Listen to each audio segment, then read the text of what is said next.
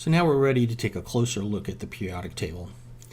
And remember, the modern periodic table came from Mendeleev in 1869, and how it was originally grouped was he noticed that certain elements had similar properties, and he tended to put them into the same column inside of the periodic table. So if you go back and look at Mendeleev's periodic table, there was only a very few number of elements that they actually understood. And from this, they were able to predict elements that they actually hadn't found in nature yet. But the idea is, in a periodic table, things or elements that are in a column are in what's called a period, and that means that they have similar properties. So in here, when we're inside of a column, so we have like lithium and sodium. Lithium and sodium are going to be in similar or have similar properties more than lithium and, say, carbon will.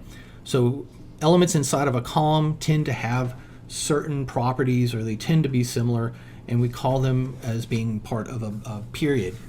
So also the periodic table is put in order of mass, so as we tend to go down and to the right in the periodic table, we tend to get to larger nuclei, and we will talk about that more in a little bit.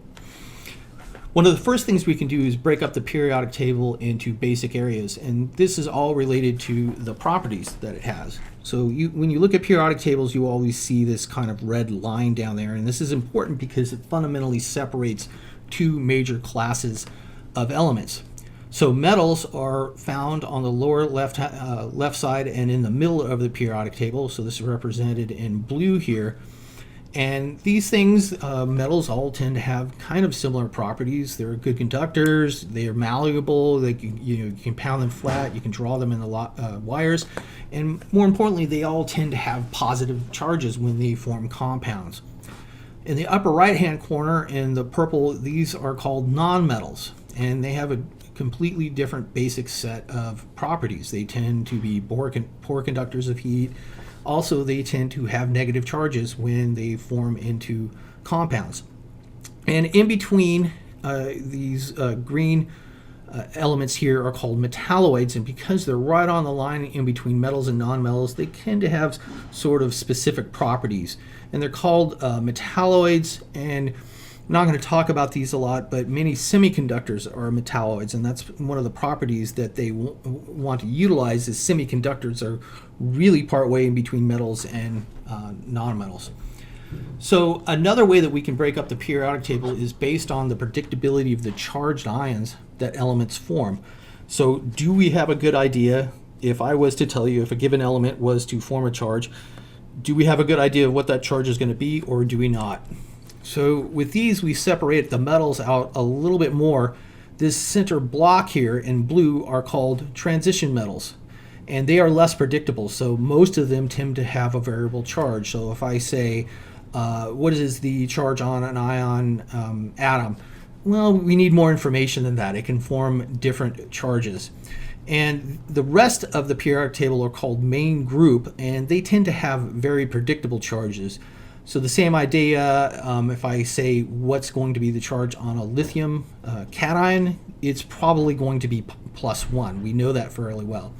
But remember, overall, metals tend to form positive charges, nonmetals tend to form negative charges. That has not changed.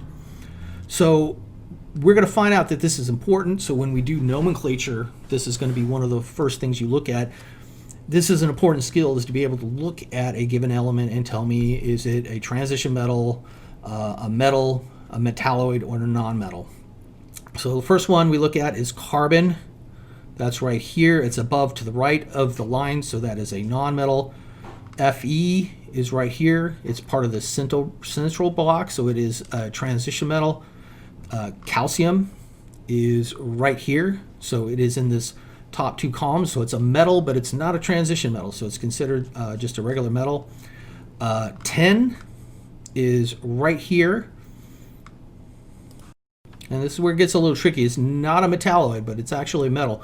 So it's important to remember that there's a little pocket of metals right here inside of the periodic table. So it goes metals, transition metals, some metals down here, some metalloids, and then the nonmetals. So this is one of the trickier ones, is there's some metals right down here. So silicon is right here, and that is one of the metalloids that we identified earlier.